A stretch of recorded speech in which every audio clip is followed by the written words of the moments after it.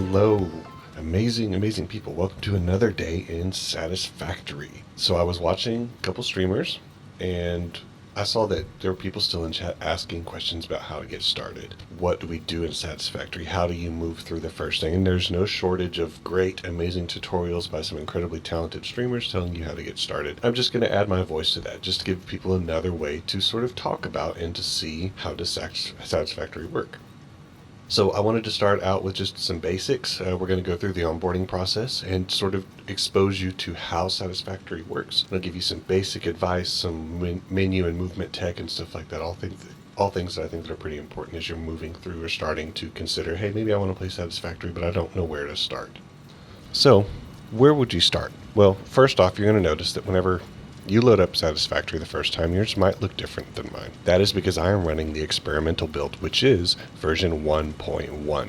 This is effectively the part of Satisfactory that's still under development. It's got the newer features, it's what the devs are currently working on and adding to, and it is the experimental build. That is not the actual build like the vanilla build that you'll get if you go when you pull down Satisfactory from Steam.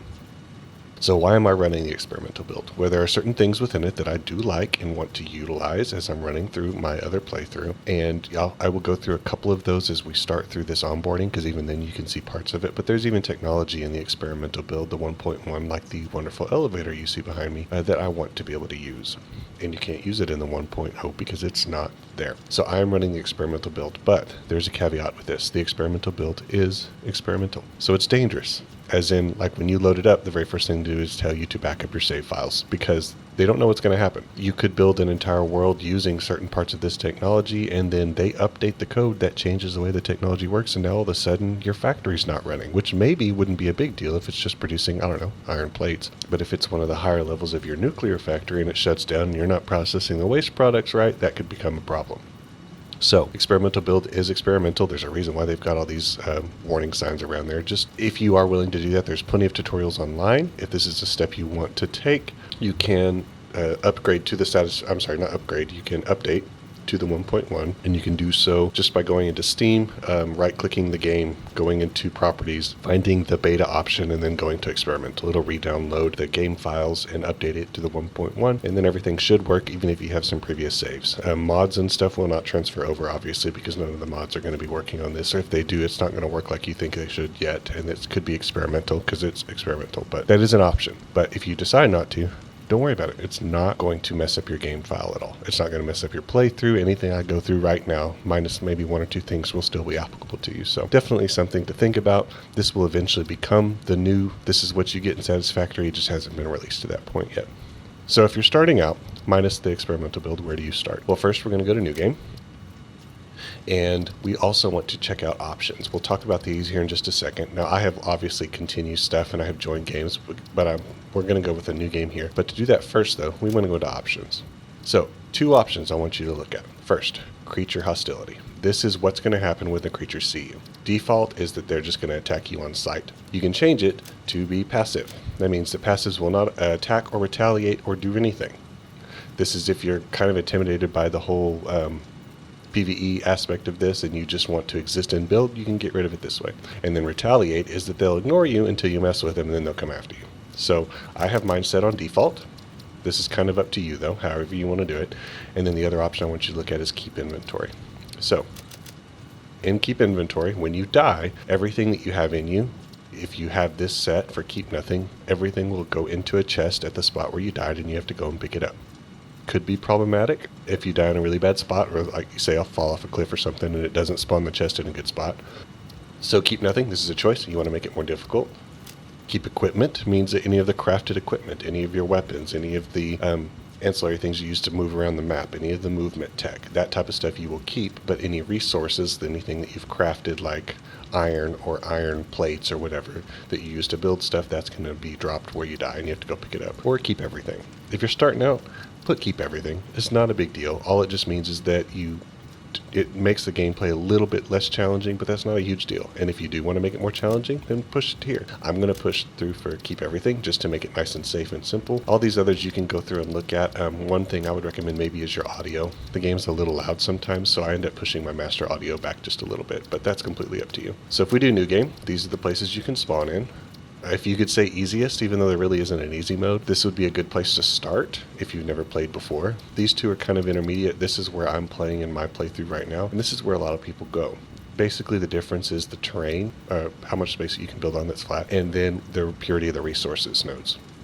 Like the desert is big open spaces, lots of pure resource nodes, tons of iron and stuff out there, but there's very little vegetation because it's a desert. Vegetation is very important, especially in the beginning of the game, because that's how you get your power. So what I'm going to recommend is, if you've never played before, ideal for first-time pioneers, go into the grass fields, and that's where we're going to go for this time. You have to pick a name, like what name you want this to be. We're going to do... There's guide playthrough. And then you get another option, skip intro. Don't click this. I know that you want to try and get to the game as fast as possible and get to tier 1 and tier 2 as fast as possible. My advice, as getting into this, go slow. This game is about the process and the puzzle of figuring it out and making your way through the world. Don't rush through it, enjoy it. I mean, if rush through is your playstyle, then jump to it, get to that last thing as far as possible. But I still recommend that you don't skip the onboarding process, so you leave this unchecked, because this is a very good way to get used to the way that the game works. So with this set, with our options set, and this enabled or not enabled, we're going to start game.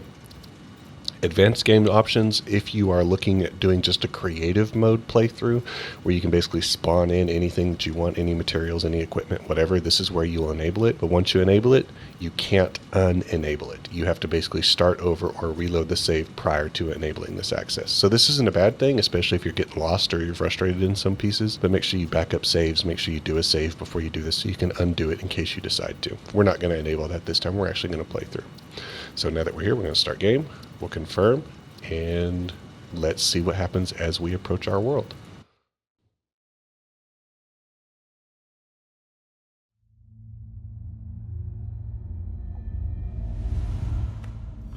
Separation from main transport complete.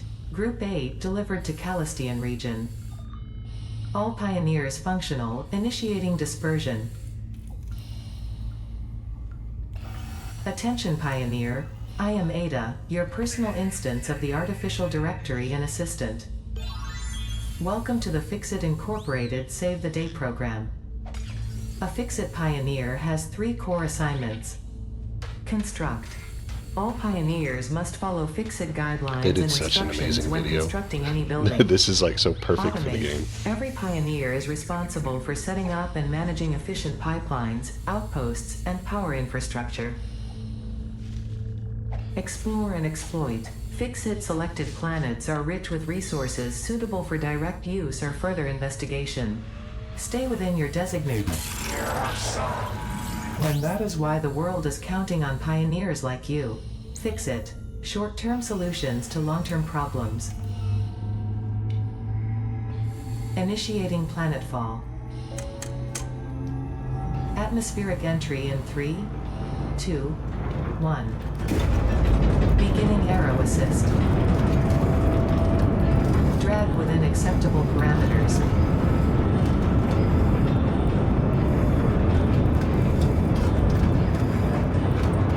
Descent phase begun. Decelerating. Deploying parachute. Deploying backup parachute. Skipping parachute.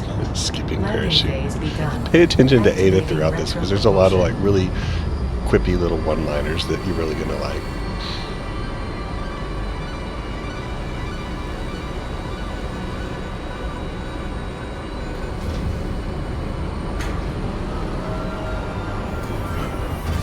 Touchdown.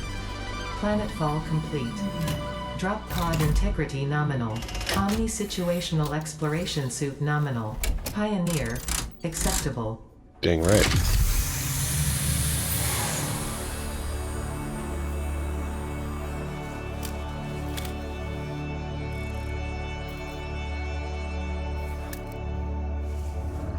Congratulations. You are the 3rd in your region to survive planetfall. Welcome to Massage 2, A-B-B, in the binary system of Akicha. Loading objective-based introduction. Begin onboarding.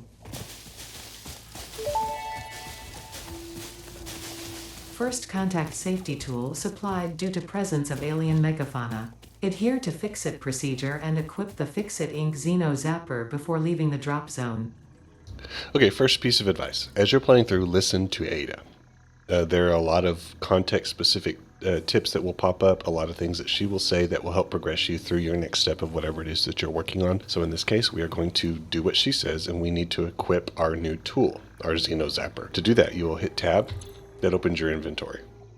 And I've been picking some stuff up. We'll talk about this here in just a second, but we'll notice that one of those items is up here in a shortcut. These are items that you can quickly deploy to your hands. Right now we only have one slot open, but that will change. So we need to equip this so that we have a way to protect ourselves. So how we equip it is that you can click and drag and drop, or we'll let her Next talk. object, dismantle the drop pod. Fix-It Incorporated is cost-effective and efficient. We do not waste. We do the not drop waste. pod will be recycled to construct the first stage of the habitat and utility base, often referred to as the hub. I didn't want to talk over her because I just said we need to listen to her. So you can either click and drop, or you can hold left control and then click on it with left mouse button, and then it moves whatever you're clicking into wherever it needs to go. And it does just this one item, but it will do more than that. And I'll show you all that here in just a little bit. So what we've been doing is I've been running around in this general area, just picking up leaves. And you'll do that by getting close. Notice the bush kind of lights up like this, and you say interact. If I kept it deep, I think it's all default. E to pick up, you're just going to pick up. We want to pick up as much of this as possible because this is very important in the early game, and I'm just going to do this while we're right here. And look, there's something else we can pick up. What is it? Potential edible collected. If consumed before authorized as compatible with the human digestive system by Fix-It, the consumer is responsible for any and all consequences. Store this potential resource for later use. So we found some good stuff. We're going to store it. Now, next thing, let's do some very quick movement tech. You use your WASD keys to move, obviously. If you hold shift, that's your run. Space is your jump. Good to know. Now there's another little thing. If you're standing still and you hit C, you crouch. You have to hold it, but you can crouch. This is a very important mechanic later on in the game. Also, if you are running with shift and you hit C, as long as you are not going uphill. So if you go uphill, you're just going to crouch. But if you are not going uphill, you can slide. And at the end of that slide, you can jump. And now we have a movement tech that is very important. It's a good way to move pretty quickly through the environment. So this is something I recommend you get used to doing. So basic movement tech, good stuff, right? Well, now let's do our first little option. So if our future editor, that's going to be me, editor, if you would highlight the bottom right of the screen. Bottom right screen, those are all of our continuous options, things that we have access to right now that will increase with its options as we progress through the tech tree, but right now it's fairly limited. Tab, we have already discovered. That's our inventory. B is our flashlight. I've played so much of the game my first playthrough without realizing I had a flashlight because I don't read menu options. That's why I'm pointing it out to you. The H is to get rid of whatever's in your hands. You don't drop it. It just makes it so you're not holding it outwardly anymore, but you can still equip it again. It just makes it so it's not in your way if you're looking at stuff. And now we have a new option, F. F is our dismantle tool. This brings up our build gun, which is also our unbuild gun. So if you point it at anything that is natural, nothing happens. But if you point it at a structure, specifically one that you have built, then you can dismantle it. And there's a couple of things you need to know. First, if you look at the drop pod, it shows you what that drop pod is made of. There are 10 iron ore that make up the constituent parts of this drop pod. Anything you use to construct in this world, if you deconstruct it, you get 100% of that back. There is no waste, which is cool. That's a very good thing because you're going to be deconstructing a lot, promise. That's half of what the game is building something, deciding you hate it, and then rebuilding it. So you get our stuff back. But also look at our menu. We have context-specific stuff in our deconstruct menu. If you want to dismantle, starting bottom left of the screen, you hold the left mouse button. You get a little countdown timer, and it tells you when you get to the end of it, it's going to delete it. But there's also a mass dismantle. So if we had multiple drop pods and we wanted to delete them all, then you would hold control. Now we have a maximum dismantle limit. And this is Bean. Hi, Bean. He's going to be really annoying this whole playthrough. Then you could select all of them and delete them at once, which is very nice. You can also, if you had lots of drop pods and then say there was flooring and you wanted to just delete the drop pods but not the flooring, you can hit your middle mouse button and that enables a filter. Now, obviously, the drop pod is a one-time thing in the game. You don't get multiple of these. It's just an example. So you can't actually set a filter for this, but I'll show you an example of what this looks like later on. And then, of course, you can close. And while you're doing this, you can also hide the HUD if you don't like seeing the tools. So we're going to dismantle by holding left, and there we go. We have equipment. Next objective, use the resource scanner to find and collect additional iron to be able to build the hub. If you cannot find iron, the assured scans of the planet have revealed sufficient iron sources. So picking up leaves, because we need lots of leaves. There's some more edibles. Not those kind of Potential edible collected. Eating it and surviving does not count as a valid field test and does not generate enough data for Fixit to make an informed decision. Store this potential resource for later use. Okay, so now we need to find some iron. Well, how do we do that? Well, we have a new option that has appeared in our bottom right menu called V. V is our scanner. So if you hold V, we get a wheel. Now, right now, this wheel is limited because we only have access to iron. As we unlock more technology, we'll get access to more of the ore or the constituent pieces. Right now, we just have iron. So anywhere on this wheel, if you select it and then release V, you get a scan. Notice our scan penetrates outward, away from us. And the closer the item is, the closer it's going to ping. The furthest away items will ping last. This is not a map wide, this is just in a relatively short area, but it tells you at least where you're at, within maybe about 1,000 meters of where all the iron ore is specifically in this instance, but it could just be your limestone or your copper or whatever it is that you're working on. So we're going to start heading towards, I want to say that's the one that I want to go to, but we'll get up there and we'll start looking.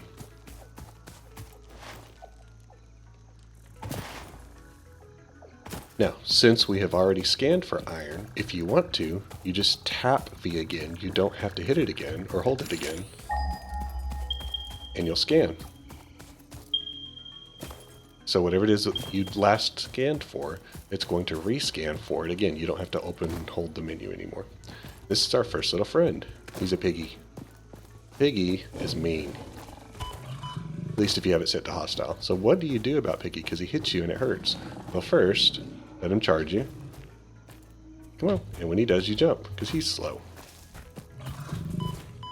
And I can be slower. Don't you worry. You'll still get hit. But if you get to Piggy, you can jump over him and start packing him, or hitting him with this guy here, and he runs, and you just follow him. When he stops, hit him again. Eventually, I think it's 4 or 5 hits, then Piggy passes away, and he leaves you remains. Hog remains are good. Pick them up.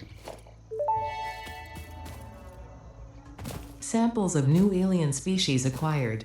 Notable features are blunt teeth, suggesting it is herbivorous, and a thickly plated skull and spine, suggesting it is proficient at inflicting and receiving blunt force trauma.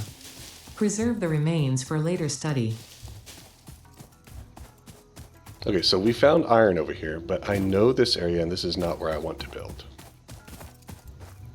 We do have some iron, but this is not the area in which I want to build our next area, or our first base, just because I've played through this area a little bit. So what we're going to do is we're going to keep searching until I find a good spot, and I believe it's going to be to the south.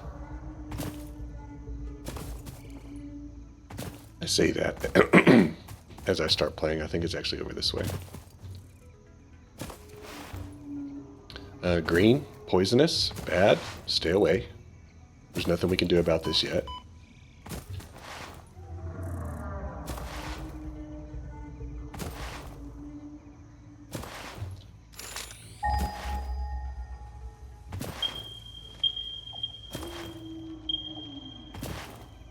There's some limestone here, that's good stuff.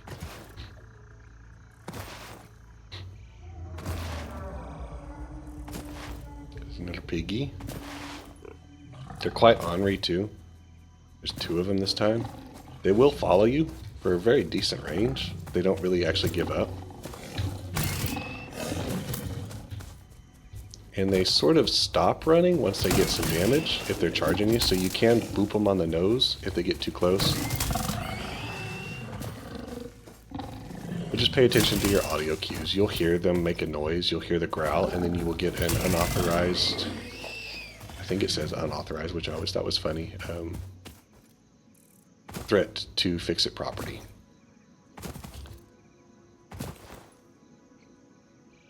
Here's Bean. He's running. Hi, Bean. And we've got, what is this guy over here? Let's go take a look. Remember, we're supposed to be exploring and exploiting. We can only explore right now. Power slug. Let's pick this guy up.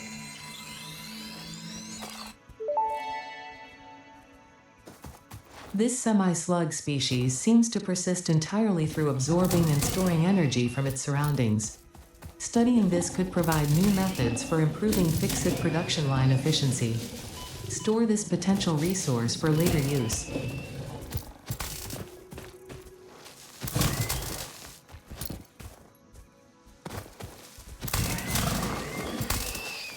So really for the hogs, you just jump. And as long as you're not stationary, you should be pretty good. If you die right now, which is entirely possible, also this type of stuff is good. If you see these, pick them up. If you die right now, you'll just sort of respawn in almost, I think, a random spot until we get our hub built. We haven't built the hub yet, so we don't have a respawn set. But we're going to fix that pretty soon. So we're picking up materials and working our way towards what I know is over here, but we're going to still ping it anyways. I like this spot over here. We don't have a map yet, or I'd show you. And really any spot will work, but I choose this spot because of the relative location to the other nodes around us. Because we want more than just iron, because we need more than just iron, especially as we get started.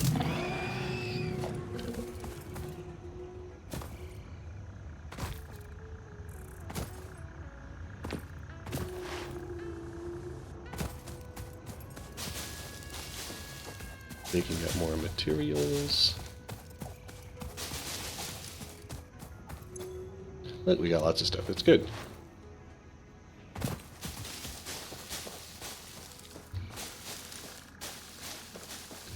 Clear all this out because we're going to need a lot of space.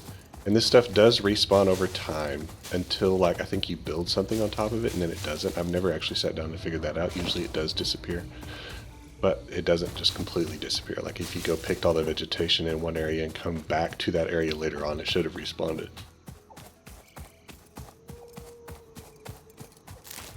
And I think I just said responded.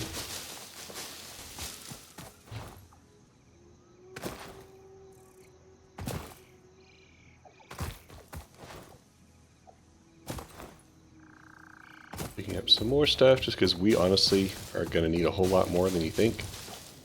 You ever building fire or chopping wood for a fire and they tell you get as much as you think you need for a night and then triple it and it still won't be enough? That's what we're working on right here. Same idea. You can't overgather this. You will end up using everything that you've got and have to go get more constantly, especially here in the early game.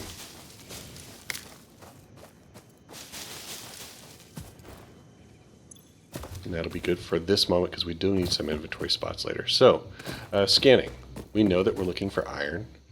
We're going to get an iron ping on all this. Notice how you give you like that heads up HUD stuff right here? You can see these are all our iron nodes. Now when you look at an iron node, typically you're going to see something that's like a cap on the iron. You can use this node, like I could start mining it right now. And it's going to say something because we haven't actually mined this yet. Next objective, use the build gun to construct the hub. Iron is a base component necessary for all near future progress, so ensure you build the hub close to iron sources. Fix-it does not pay by the kilometer. So we can access this node by hand, but this is also this cap. If you see it sort of outlines as we get close to it. If you were to place an actual miner on this, which we'll unlock here in just a little bit, you wouldn't be able to place it as long as this cap's on the way. So you'll have to get rid of this. Good practice is just to take it off when you're ready, or when you discover it. So now we've got iron ore. Looking at iron ore, while we hammer away at this, I'm going to talk about just some basic sort of math in the game. So when you find a node, a resource node, it's going to have one of three purities. There's going to be an impure, which is what we have now. There will be a normal, and then there is a pure. The purity level of the node will dictate how much you get out of each mining operation. So right now, like a mining cycle is 3 hits with our chisel, we will get 1 ore out of that. If this were a normal node, we'd get 2. And if it was a pure node, we'd get 3 for each 3 taps. So you get more out of a more pure node than you do of the previous one.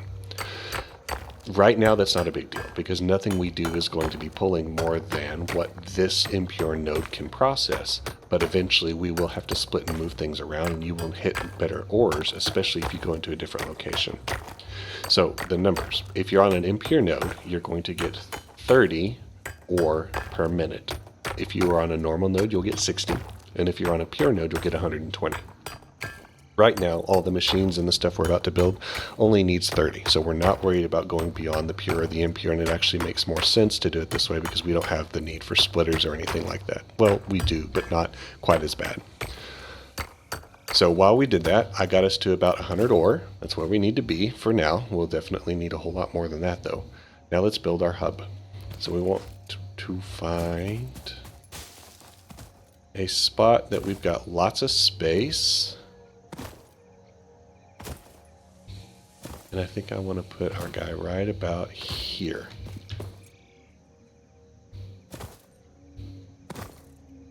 I think right about here. So, how do we build? If we look onto our menu, now we've got a bottom right menu, we have another option. And I'm watching over here because I saw a piggy. He didn't see us yet. He probably will before we get too far. So we want to build. So Q is now added to our menu, and this is our build option. We only have special right now with 2 items in it. This obviously grows. The hub is what we're after. The crafting bench is great because you can use this when you're away from the hub, but the hub itself has a crafting bench in it. So when you select to build, you're going to get a hologram. Hologram shows you what you're building and where. If it turns red, you can't build there, and it will tell you either the surface is uneven. That means that it's not in a good spot because there's rocks, there's cliffs, there's flooring that ends, whatever. Or like in this case, it tells us the player's in the way. So we want to build this, but we want to build it in a specific area. So you can move around to show where you want it to build. You can rotate your mouse button to rotate the hologram itself, which is good. And then once you get about the placement that you want, but you're not for sure for the exact placement, you can hit H. H is going to set the hologram and lock it in place so that you can run around and look at it. Once the hologram has been locked, you can use your arrow keys to move it up, down, left, right, and to make minute final adjustments. One of the things about 1.1 that I really liked, the reason why I did it, is now in 1.1, you can vertically nudge this. It's not just left, right, up or down relative to like 2 dimensions. Now you can move in the 3rd dimension, which is cool too. I think this is where we want this. Pretty good locations. This is where we're going to start, and we're going to drop it. Hub foundation built. The hub terminal and crafting bench are only the humble beginnings of a successful Fix-It pioneer, but essential for the next steps of onboarding. Once finished, the hub will function as your base of operations. Next objective, complete hub upgrade 1. All right, now we're going to go through the onboarding process, which is upgrading our hub to make it the actual hub. Right now, it is just a framework. There's nothing there to it except for our hub terminal and our crafting bench. Crafting bench is how we make stuff. Hub is what we need to upgrade. This is the tech tree, and is locked based upon sequentially unlocking the things prior to that. So we're in Tier 0, the onboarding. Again, this is very important, I think, for you to understand the basics of the game. Once you make it through the onboarding, you should be good to understand how the rest of this all works. So we're going to go to the only thing that's optional right here is the Hub Upgrade 1. We'll click it, and it gives you 2 pieces of information. First, what we unlock by doing it, and what this unlock will cost. And we can set this as our target. So we're going to set it as our target, and now notice our milestone is that we need 10 iron plates. Well, we don't have any iron plates. All we have is iron ore. So we need to fix it. I mean, not iron plates, I'm sorry, iron rods. So we need to set this up so that we can create iron rods out of our iron ore. Make sense? And how do we do that? We use our crafting bench. So we're going to access our crafting bench. And we have our iron ingots here. We have 80 that we can make out of our 80 ore.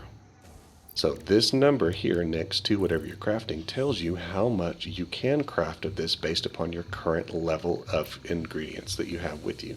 We have 80 iron ore, so we can make 80 iron ingots. It's a 1-to-1 relationship. So let's make all 80 iron ingots.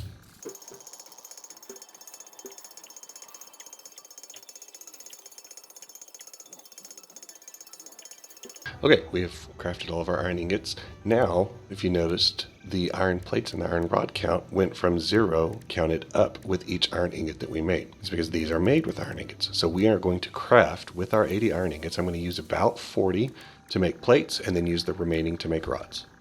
Now, while we're crafting, you can sit here and you can hold the craft button.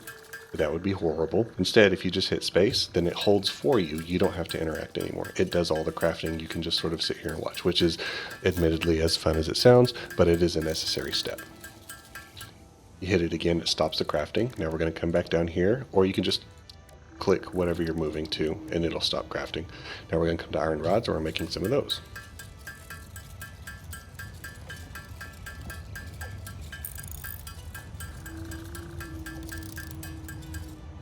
All right, now we have some stuff, right?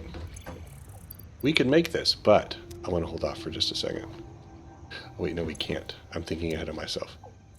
So let's go on ahead and upgrade to 1 by moving our items over into this. And you can, like we said before, click and drag and drop, or you can hold Control and click it, and everything that is in this item that needs to come over here, as much as it can take, it took all 10, it will automatically bring them over. So you don't have to drag and drop, you don't have to do that, just holding Control will move everything that is this into this as much as it can. So we're going to upgrade. Look, those iron rods have now turned this from a basic frame into something with a ceiling. Equipment like the portable miner can now be made in the workshop. We also Congratulations got a on completing your first milestone, the first those. of many providing access to new recipes and technologies for the Fix-It mission. Next objective, complete Hub Upgrade 2. Upgrade 2, very important, but also let's free up some of our inventory space. So we're going to access this. This is now a personal storage box that we have access to, and this is some stuff that we have that we might not necessarily need to hold with us. Something I want to show you. Accessing your inventory and maneuvering through it is an important skill. So if you look right now, we have 500 leaves. That's the stack. That's as many as you can fit into a single stack. Each item has a different number that it can hold of what it takes is to be considered a stack. Like not everything is 500. If I wanted to split this up, I hold the right click, and now I can split the stack. And I can make it any number that I want. I can make it 100 to 400, and then I can split, and now I've got 100, and then I've got 400. You can also make this super simple by just right-clicking, boop, and then it automatically splits this in half, or as close to half can be. Like if it's not an even number, then it'll make one of these a little higher than the other, but it'll split into half as much as possible. Also, we want to move some of this stuff over, so we're navigating our inventory. Again, we can click and we can drag, but this could take a while, especially if you're moving a lot of items. Instead, what you can do is you can hold Shift and it moves this entire stack, one entire stack over. Or if you hit Control, it moves not only this stack, but every stack of that item over as well. So we were able to move all of our items over here. And I'm splitting all this up for a specific reason. If we had all this over here and I wanted to move it over, I can take this and I can drop it in here, and it will count up until it hits its stack moment, and then it will overflow to the rest of it. So that's good to have. I can also do a take all. I can do a store all. It's a way to move everything in and out of your inventory. And then let's say I want to empty all this organic stuff because I don't have a use for it yet, but I do want to keep these. Again, I can just hold Control and it would bring all of the plates, and Control would bring all of the iron rods. Another good habit to get into is that in your inventory and in your personal inventory, especially if you're building and collapsing a lot of stuff, get used to clicking the sort button, because what it's going to do is, notice how all these are separate. Sort combines all like items into as few stacks as possible. So this is a way to keep your inventory clean, because this as an inventory means you can only hold like 5 more items, when in fact you can actually hold 2 more stacks, 2 more rows. So good habit to get into. Now that we've emptied our inventory a little bit, we need some tools. And how do we make the tools? Well, if we go to our build menu, now we have a new option. We need an equipment workshop. But I don't want it facing this way, I want it facing me. So we're going to rotate it around so it faces, and we can place it anywhere we want. But I like these kind of close. We're going to place him right here. Now, why do we need an equipment workshop? Well, there's equipment that we have, like our little Xeno Basher here, that maybe we need to replace, or There's a new thing. We need a portable miner, and we're going to make as many of these as we possibly can. Same thing before. This tells you what the constituent parts are. We need plates and we need rods to make an automatic miner or a portable miner. And the times forage is just how many clicks it's going to take through. Again, you can sit here and hold this, or you can hit space. And then just like before, it tells us we can make 4 of these now based upon our inventory. Now 3. And then once we run out of the constituent pieces, tell us that we can't make any just because we've used all that we can. Cool. Now, why do we make portable miners? Because before, when we needed to mine something, how did we do it? Well, we had to come up here. We had to use our hand miner, and that's slow. And, more importantly, there's only one of them. So, let's go to our inventory. Now we have a new item up here that is in our shortcuts. That means this can be put into our hands. Let's put this into our hands. And then if you scroll middle mouse button, it goes through your different options. Right now we only have 2. This is our portable miner. We're going to get close until it says place, and we're going to place 3 of these. Actually, we're going to place 4. Then we can go back to our basher, so we're nice and safe, and if you don't want to, then you can take this and you can unequip it. These little guys are cool because they don't require power to run. They run automatically by themselves, they will dig, and when you get close, you just press E to open its menu. You'll see that it's collecting iron ore. This is its iron cycle. In each cycle, because it's an impure node, we get 1 iron ore. So it's going to take a little while. But we have 4 of them running now instead of just 1 of us running. This is the whole idea. Let's compound our efforts. We will, because we're about 13. We'll grab all these and we'll start making some more. This is why sit around idle when we can use what we've got, right? What do we need for our next hub upgrade? So we're going to come over here and we're going to look. And for hub upgrade 2, we will need 20 iron rods and 20 iron plates. I'm sorry, 10 iron plates.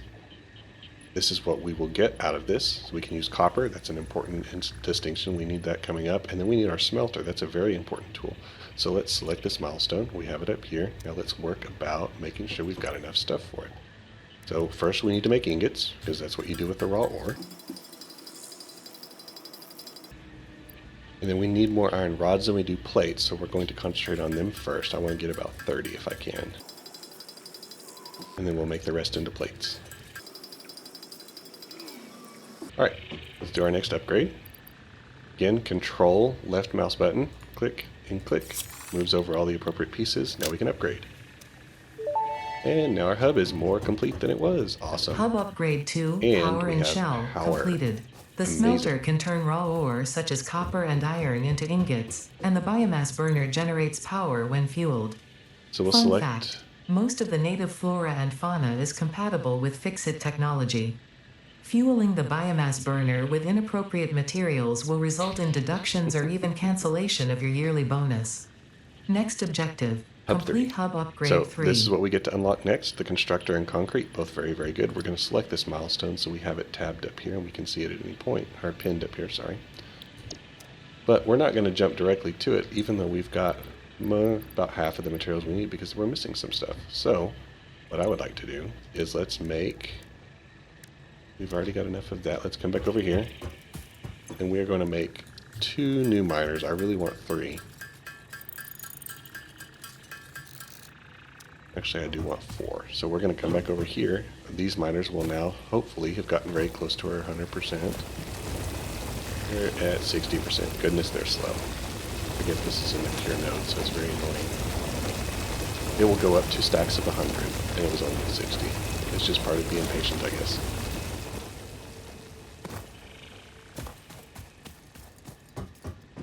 You know what, before we build that, let's see if we can do this.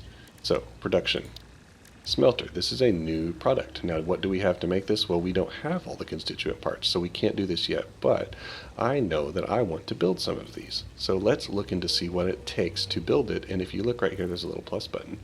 So I can hit plus, boop, and now it has added that to our to-do list. Now, I don't want just 1. I know that I want 3. 4 now. That's obviously going to change. So if we close this out, now, if we look over here, we have what it takes to make our smelters. And our to-do list can be edited at any point. You can even come up here and put notes. I use this a lot to organize, like when I'm streaming, what builds we're doing. You can increase or decrease the number of smelters, and this tells you your components, what you're missing and what you have. So right now we have 2 out of 15 iron rods to make the 3 different smelters, and we have 0 wire. Well, let's fix that. So if I currently have 4, I didn't pick these up, no. Alright, so we've got iron, but we need copper now. So let's open up our menu.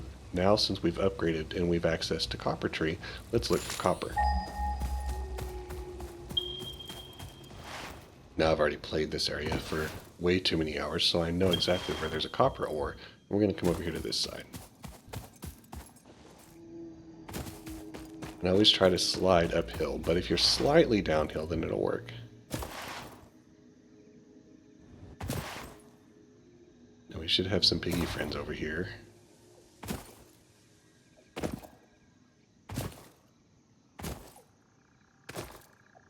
But if we scan again, here's our copper.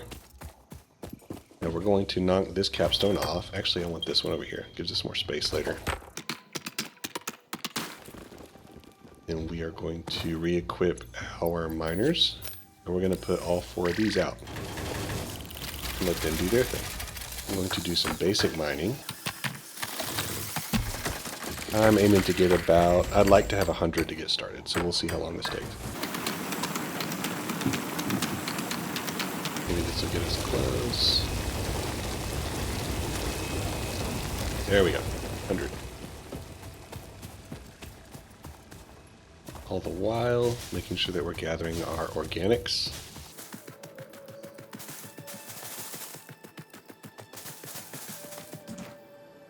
And if you notice, our heads-up display also shows us the location of our hub relative to us. So you might have to turn around a little bit, but you can always find your way home that way. And we still have not unlocked the map. These guys are still going. Oh gosh, I forgot how bad the impure levels are.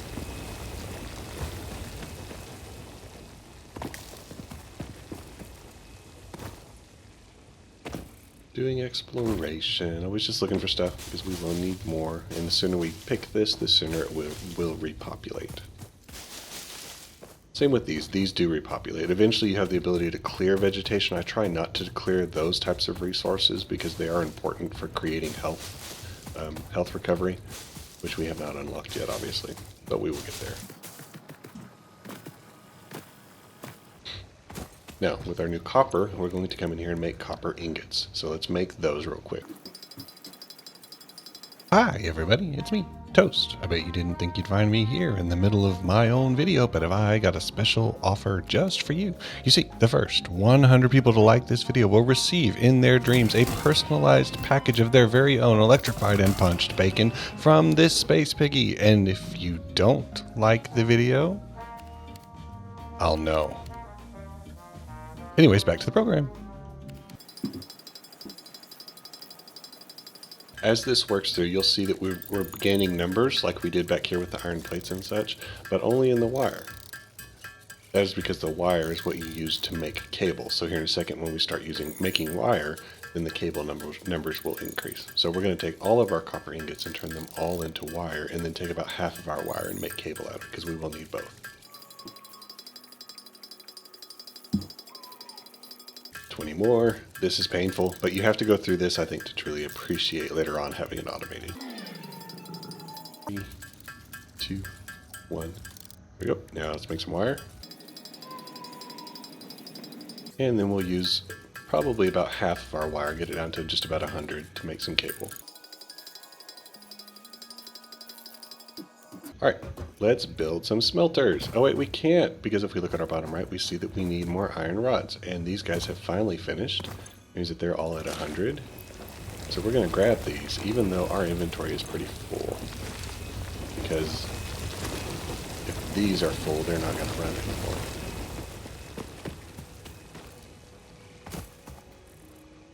And we need it. We're going to say, we'll just make 15 iron rods. So to do that, we can only make 2 at the moment. We're going to do this until our iron rod count hits about 20. Then we'll make iron rods. Alright, now we can build smelters. Very important, very important. So let's do, I think I want, because we want lots of lateral space to be able to make these run. We might end up having to move our hub. Now that we're thinking about it, I might move it up here. In fact, let's do that. I think that I've got enough. We might not have enough space. You know what? If we don't, that's fine. We'll pick this up. Pick this up. We didn't get the crate. I thought we'd get the crate. We had just enough, I guess. So let's move our hub. Notice that it didn't cost anything. It's just inconvenient sometimes. We're going to take our hub and we're going to move it over here.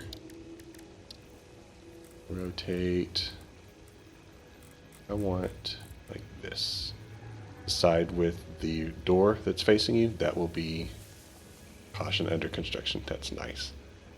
Let's place it with H to see if we like its location. Hi, Piggy.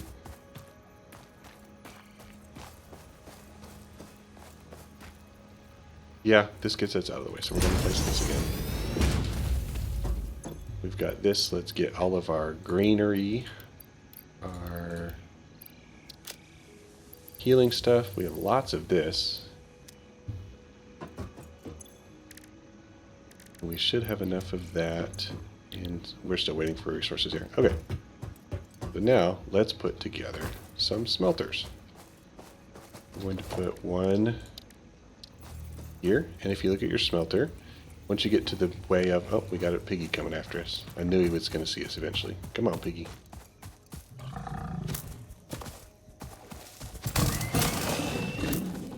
Best thing to do is just try to get close and go around the side, and if you punch them in the butt, they die. Just like that. See? Super simple. So let's go back to our building. We're going to go to Smelter. And notice, now that we've got to a construction piece, that we've got an out and an inside, and it's fairly clear. The red is the in, and then the green will be the out. But also, if you look at the machine itself, you've got these three little lines right here. I'll point it out when we get a little bit closer. The three yellow horizontal, vertical lines, and then here we've got one sort of line that's looking like an arrow going out. The white line, that is going to also tell you. So you can look at this by seeing either the colors or the interior or the exterior once you built it. I want to build it so that our ore is here. That's going to be our in. So I'm going to place this about like here. And then let's place with H and see if we like its location. It's pretty good. Once you lock the hologram, you can't rotate. But that, I think that'll be fine. So we're going to place that.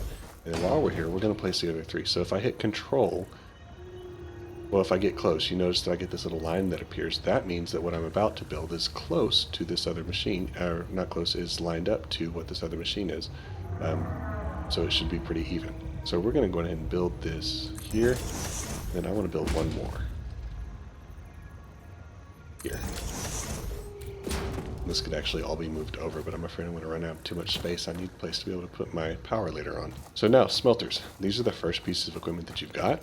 And we're going to use these to make iron ingots. So with each smelter, you have to go in and tell it, or any machine really, what you want it to build. In these cases, I want this one to be iron. I want this one to be iron as well. But this one I'm going to make copper.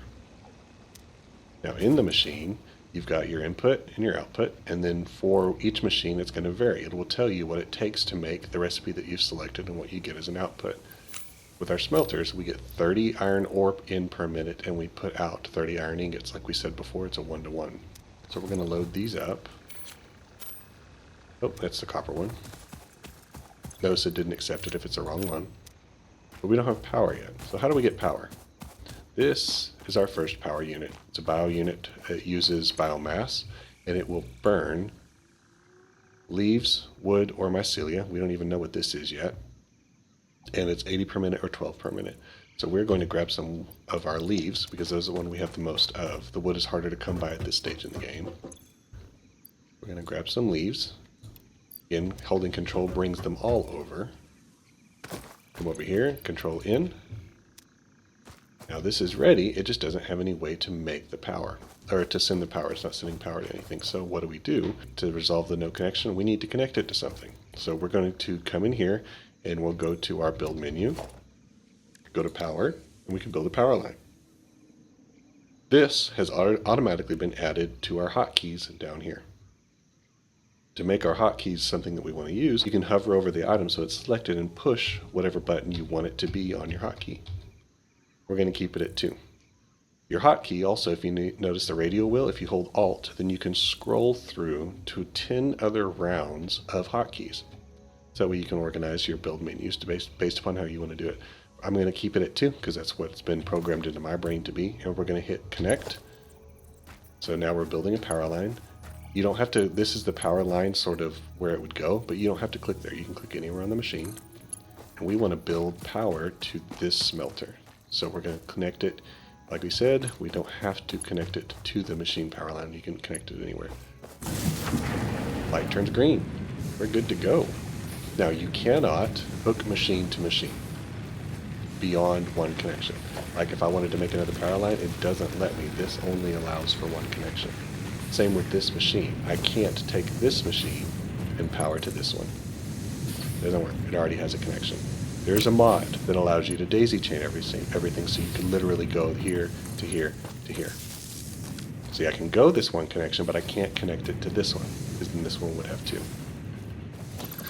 I don't use the mod because what if you daisy chained your entire factory and then you lose the daisy chain mod because they do an update.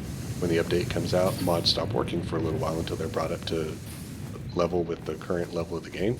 That could not be a problem if it's a small problem, or a small factory, but what if it's your, like we said, nuclear power plant? That could become issues. So we're going to let this run because this is our highest need right now.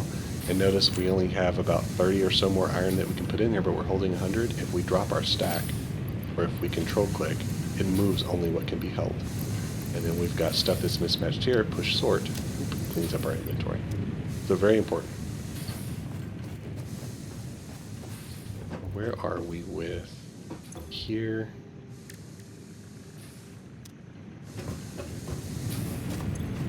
And we'll hold on to these and we'll just keep feeding this, getting our iron ingots, sorting. Now let's make some more stuff.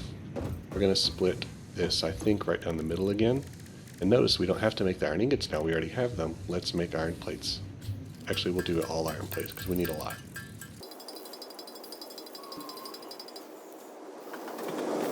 Grab these up. Grab those. Let's make some iron rods because we need those.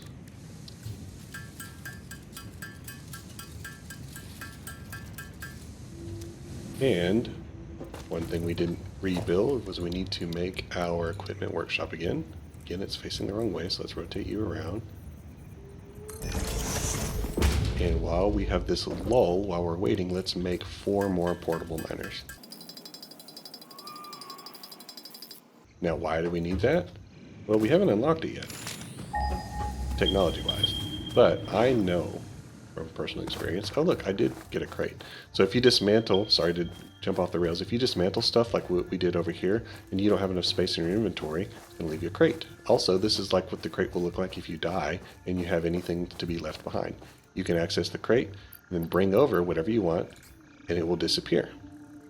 There used to be a way, a glitch almost, where you could figure out a way to finagle it so that you could end up dismantling the crate and getting more iron, but the way iron's easy to come by, it's not that problem. So here's limestone. We need limestone even though we haven't unlocked it yet. And because this is a normal node, it will fill a little faster, but it will still take time. So I'm going to re-equip these, and same little trick. We're going to put 4 little miners down and let them do their job. So when we're ready for limestone, it's waiting on us versus the other way around. At this point, we should have more iron ingots we can grab. 50. Nice to have that automated, isn't it? But we do need to keep an eye on our power levels. So we put in 500. We've used less than, let's say just a little over 50, but we'll just keep an eye on it and keep going. The more items that you have running on this power, the more power it's going to take. So this is a very dynamic power system. It doesn't just deliver the 20 megawatts. It can deliver, right now, it's just delivering the 4. That's what this machine requires, and each machine adds to that. So if we were to plug all these in, we'd need 12 megawatts, and we are only getting 20 out of this. So eventually we're going to run out of power, but the good thing is as we unlock our upgrade tree, we get another bio burner. But that also increases the amount of biofuel you have to put into it, and it just becomes a cycle. So let's make...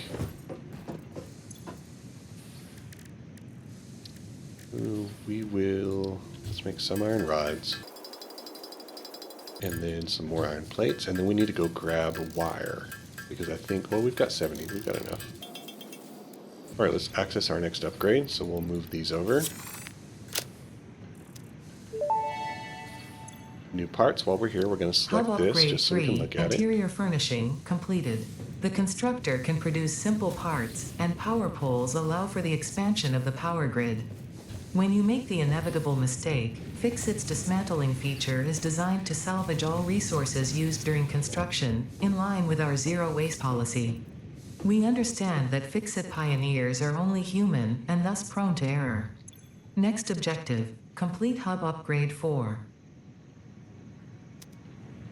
All right, if we look in our crafting menu, now we have our iron rod and plates, but we also have screws and reinforced iron plates. You will learn to hate these in the beginning because they're so hard to make by hand until you automate them. And this takes a little while to get to that point, so you'll be handcrafting a lot of these. We need wire and cable, but we've also unlocked Sense Concrete, which is why we put all those other guys over there so that we can run over there and grab that when we're ready, because they should be full pretty soon.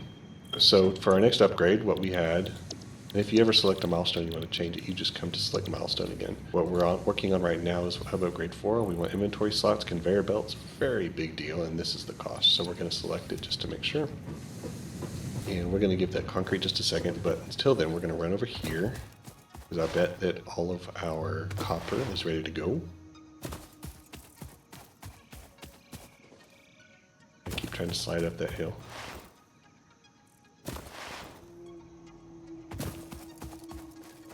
And there is fall damage, but you can sort of mitigate it by just making sure you hit the right area. And we're going to grab all this copper right here. We have spot for it. 2, 3, 4. Plus one more, which will be good. Oh, and we can unload some of this bio stuff as well. So we'll grab.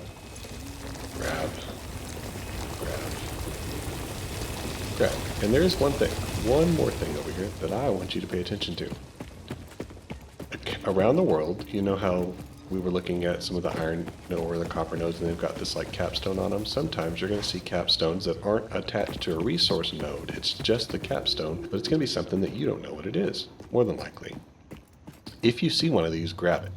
Even though we don't know what Caterium ore is. Caterium ore is a very important resource, sort of once we get going, and you can only find it and then upgrade it by finding new stuff. So like right now, we can't even search for it, but by collecting this, we start that process. We're not to it yet, but we can at least hold on to these resources because they're important, so grab them while you see them. And notice as soon as that we do, Ada pops in with, hey, this is something new. Very important. This metallic element is showing properties similar to those in Group 11 on the periodic table, such as high conductivity and malleability. Store this potential resource for later use. Store it for later use. Because right now we don't have the way to use this or to research it, but we will upgrade to that point fairly soon.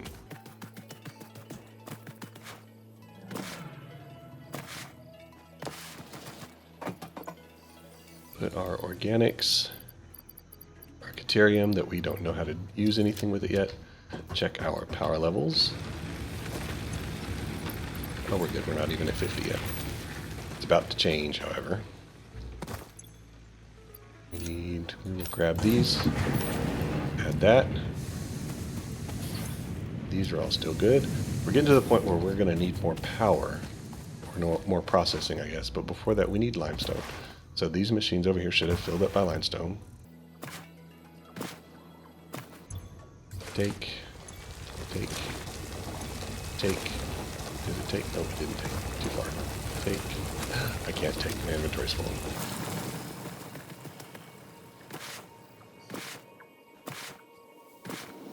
Now we need to make some concrete. So we'll come over to our workbench and make some concrete. Oh, we don't have the space in our inventory. Let's do... It would be nice to upgrade our inventory so we can drop some of these off.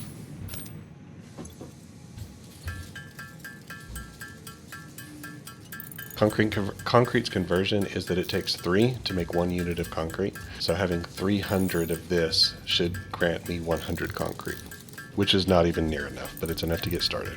Concrete and iron plates will be probably the most important things that you make early game. So consequently, those would be one of the first ones I would try to automate. But right now we are limited power-wise. We can only make so much items because we only have one bio burner. And the second one is going to increase that power, but not by enough to actually do what we need to factory-wise. Yay, concrete. Now we don't have plates, we don't have this, but we do have lots of rods. I'm sorry, of ingots. So let's make... We need 75 plates. We'll try and make it to 100 if we can on this batch. And if we don't make it, that's fine. We'll just go make more. So close. Well, while that works, what we need to do is we need to get our power situation a little bit better under control. So to do that, what I'm going to do is we're going to move some of our power situation. We should have unlocked. Did we unlock? Wait, no, that's the one we're doing now, isn't it? Oh no, we've got it.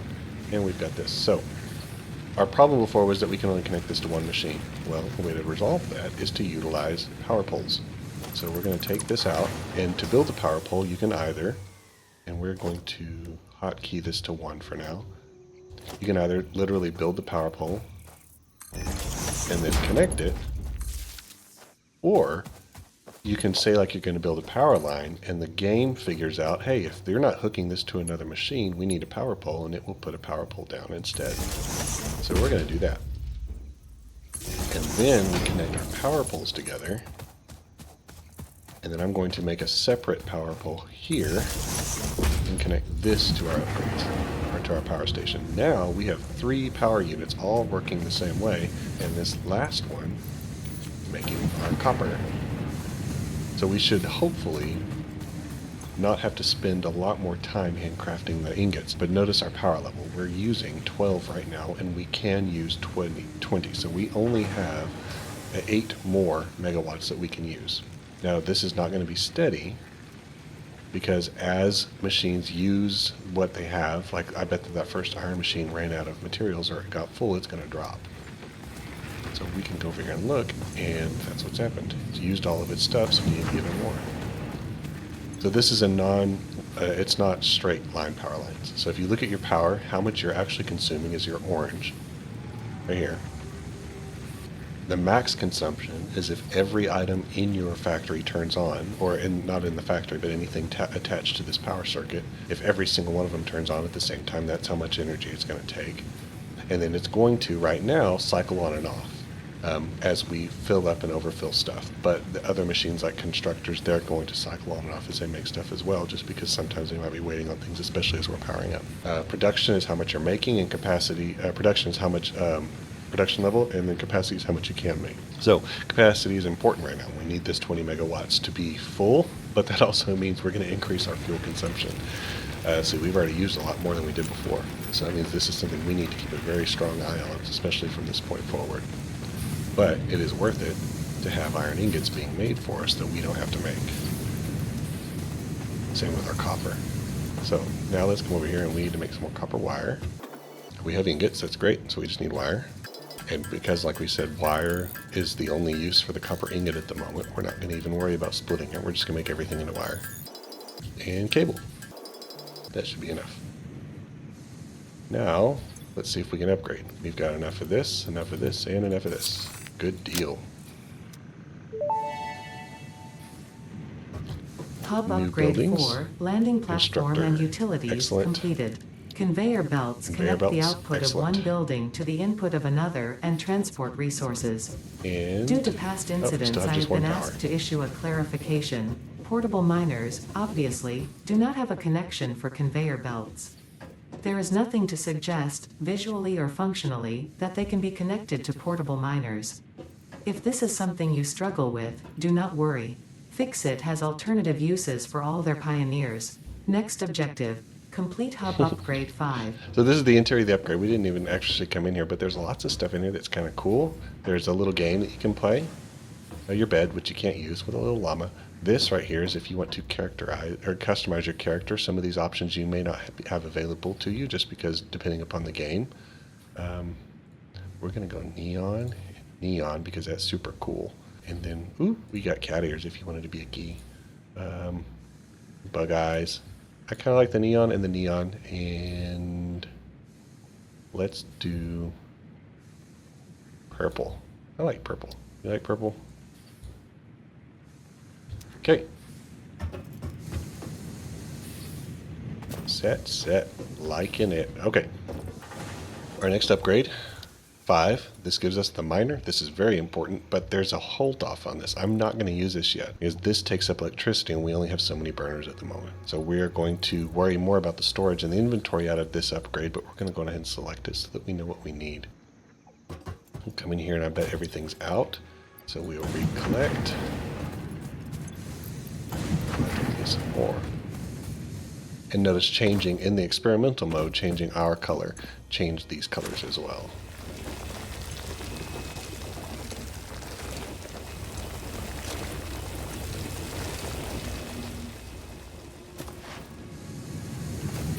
Make sure you're topped off, and then we're going to get some more copper. Because if all this is sitting here, it's not doing anything. Which is not good. Why automate if we're not going to use any of the automated supplies, right? Go here and check our power levels. Good. I'd rather keep checking this off than making sure that we don't run out while these automate. So our next thing that we want to be able to make is constructors. Constructor is going to make the things like the plates that we're making. So we need screws and we need reinforced iron plates. But before we do any of that, we're going to need, how many? We only have 20, so we definitely need more of these. I think we can take a whole stack of 100 and make these into plates, and then we'll make another stack into iron rods, maybe a stack and a half, and then we'll make screws out of that. Iron rods, and then screws. This is a new item, so if we pick the new item, it shows you what it's made of and what we get out of it. So it takes 1 iron rod to make 4 screws. We're going to make screws, and I'm going to aim for about 100. Finally, reinforced iron plates. Let's make some of these. The reinforced iron plate is a plate and screws, 6 plates specifically and 12 screws. So these are kind of resource intensive. That's why I said you're going to hate these at first. I'm going to make 6 of these, I think. All right. So why do we do that? Well, we don't want to handcraft stuff for forever.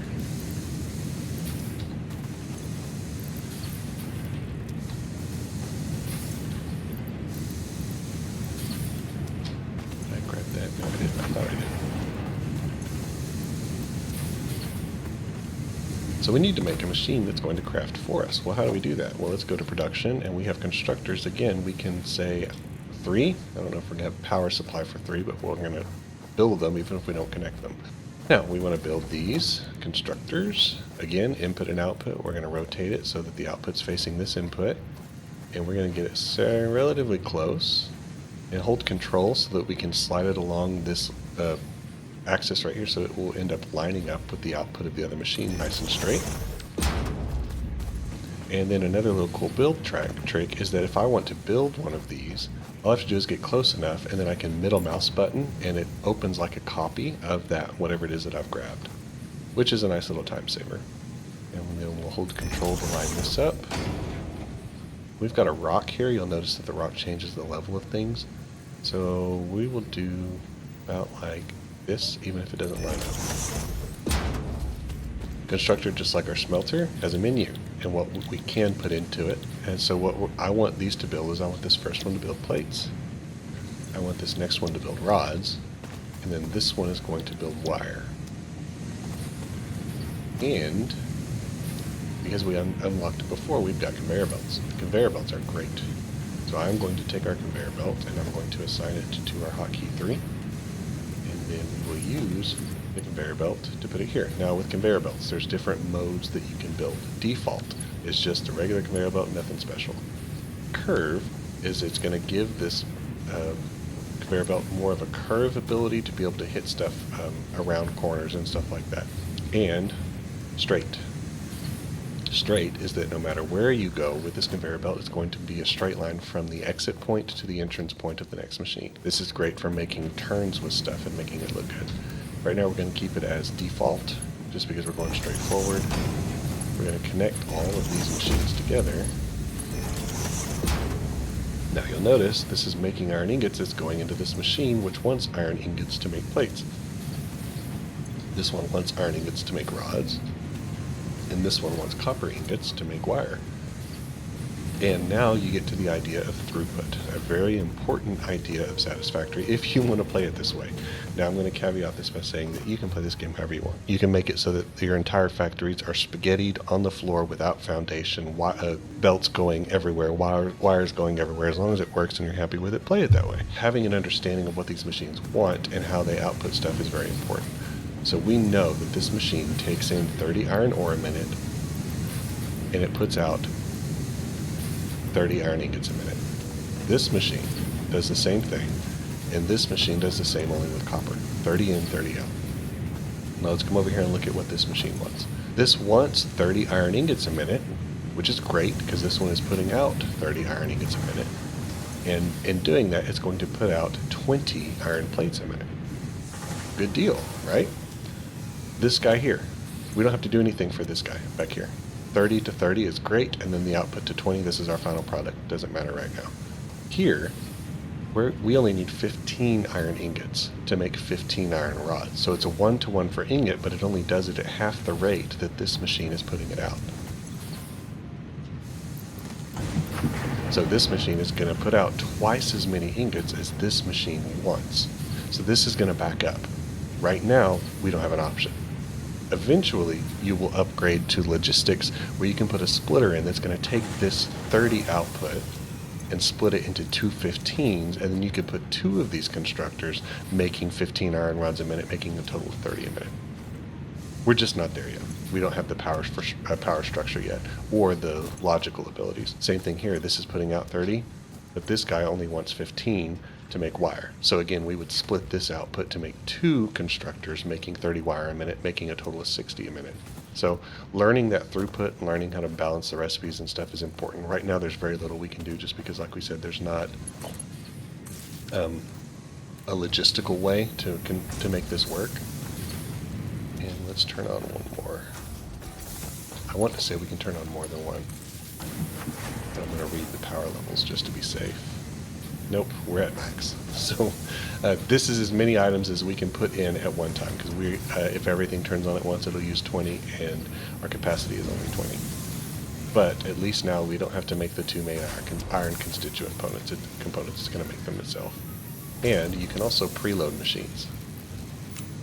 This input can hold 100 a minute, and if you're having throughput issues like trying to balance stuff, usually while you're building, what I'm building is I'll go through and I'll max out everything, so that way this is sitting at 100% and this is sitting at 100%, and it's using information, using everything, staying like at 99, 98, whatever. But that's advanced, we'll get to that later. And now we're just sort of in a waiting game. We can keep adding materials by hand. And you're like, but Toast, wait. We have miners. Why are you still handling? Well, it's because if we go to our production, oh well, we will have miners after we open this, but we still won't use them. Not yet. So here, we'll add this. Add this. We should still have copper, yep. Notice that the relevant item obviously changes based upon the relevancy of the machine. This didn't show copper, it shows the iron. Just a good little hint so you know what to look for. So do we have enough concrete? Yep, we do. Let's check our power. We haven't checked that in a minute. 90 down, 99. Glad we did. We're about to have to start collecting power, or fuel. Let's add what we can. You have everything except for cable. So we're going to make some wire. And we're going to use all of this even though it's a pain. This allows our machine to build up a stock while we utilize the stuff we already have in our inventory. Well, obviously this one's not running. I just forgot we don't have the power for it. That will change. Cable. We need 25. I want to leave myself about 50, so we'll hit to 75 and that should be sufficient. Okay, we'll finish this upgrade.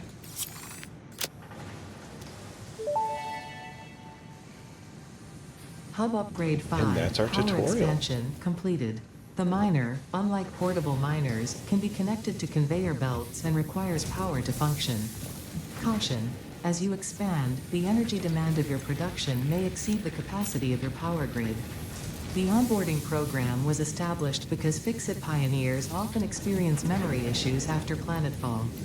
If you are experiencing nosebleeds, nausea, existentialism, or an itchy scalp, there is no need for concern.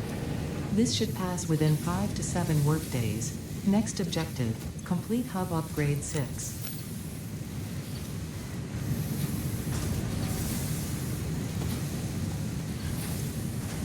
Okay, this is running, this is not, but we did get out of that a nice little upgrade. We've got the ability to double our power generation. Now we can run up to 40.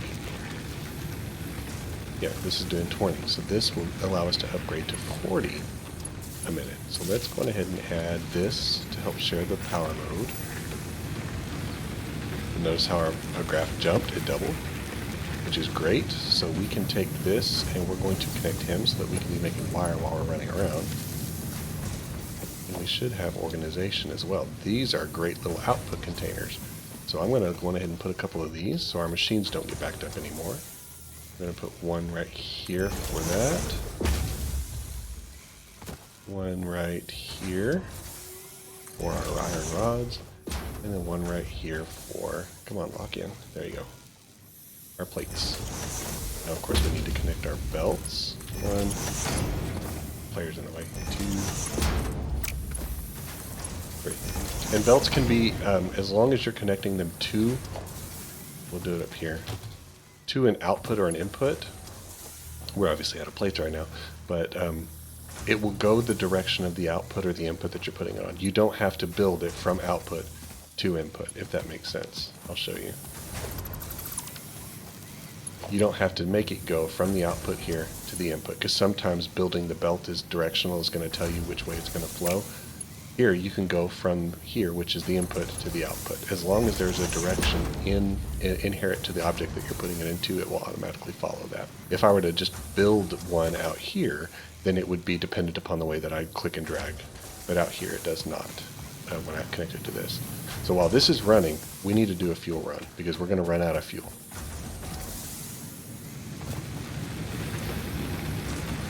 Yeah, we're going to run out of fuel pretty quick. So let's go gather some resources. Would be great if we could do a chainsaw, but the chainsaw isn't upgraded yet. We can't use it. It is good. We still have some wood that we haven't even used. I believe it's probably in our inventory. The problem is that pre-chainsaw, the wood that you would gather is just so sparse and few and in between, and you can't make something burn both leaves and wood. It has to be one or the other. So if you run out of wood, then that one will go out. Picking up, picking up.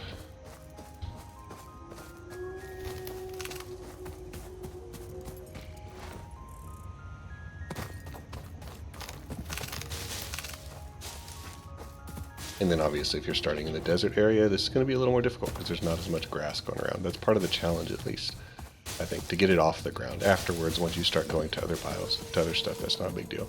Look, another one of our little nodes that's sort of not attached to anything. This is different. This is quartz, not Caterium, so let's grab this as well.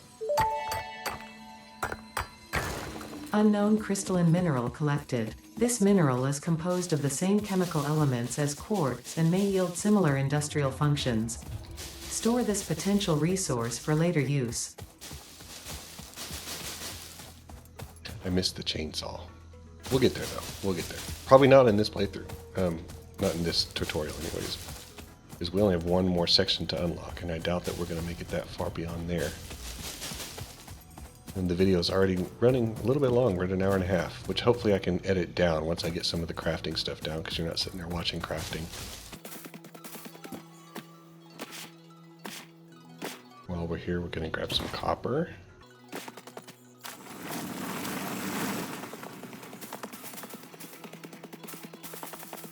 More Caterium.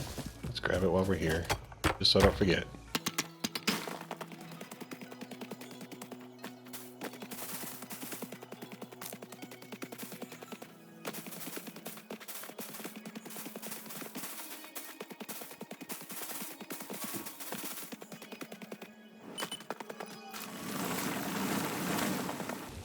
So all of our machines have stopped producing because they're out of materials.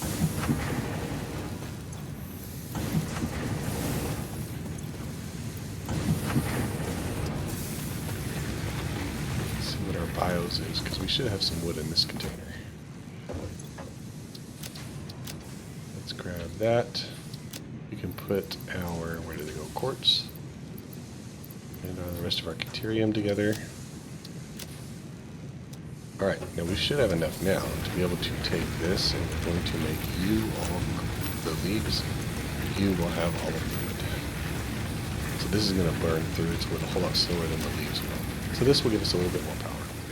Well, not more power, but a longer level of power while we build out. And look, we've already got 200 of these plates. Imagine how tough that would have been to do it by hand, and we're doing rods and wire at the same time.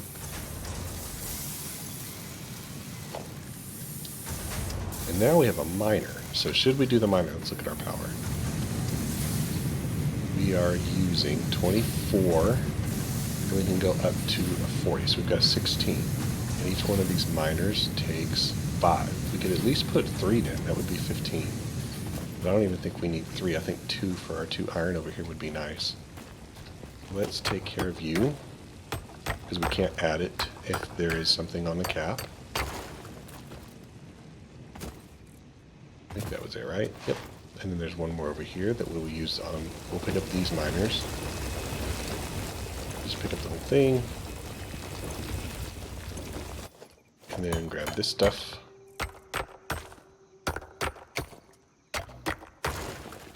Now, let's make some miners. Let's do miner, and what do we have for it? Oh, we need plates. You know where we can find some plates? Right back over, Shamir. So we'll grab you. Grab you.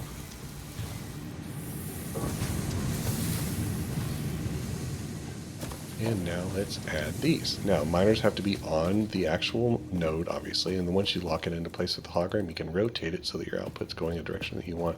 We're going to aim these just a little bit right. That's where our machines currently are.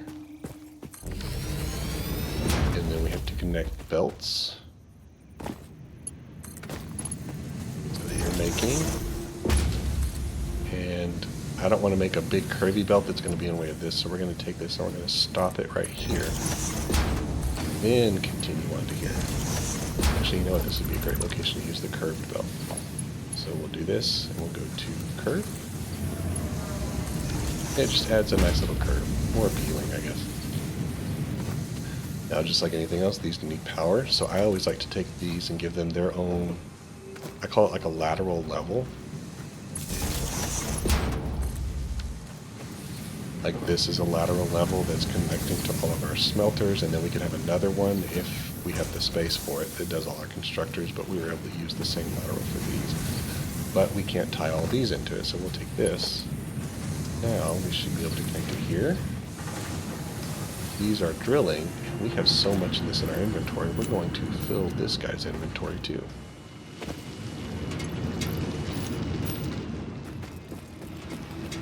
Conveyor belts take over.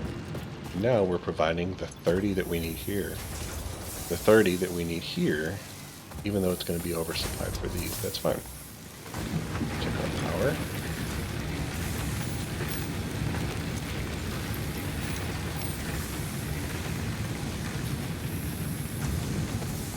While we're working on that, let's see what our next upgrade is.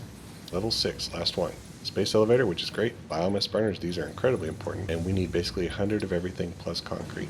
We don't have enough concrete, but while everything else is running, well, we do have enough, have enough. Wow.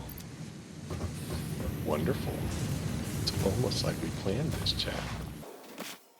I don't know why I called y'all chat. Y'all aren't in chat. You're just watching. Too much streaming, I guess. Pick up. Pick up. Pick up. There we go. Now, if our power was a little bit in a better situation, we could mine and set up our limestone, which I don't think that I'm going to do right now, because our need for it isn't huge. We haven't even unlocked foundations yet. But I would definitely consider that as an important step moving forward.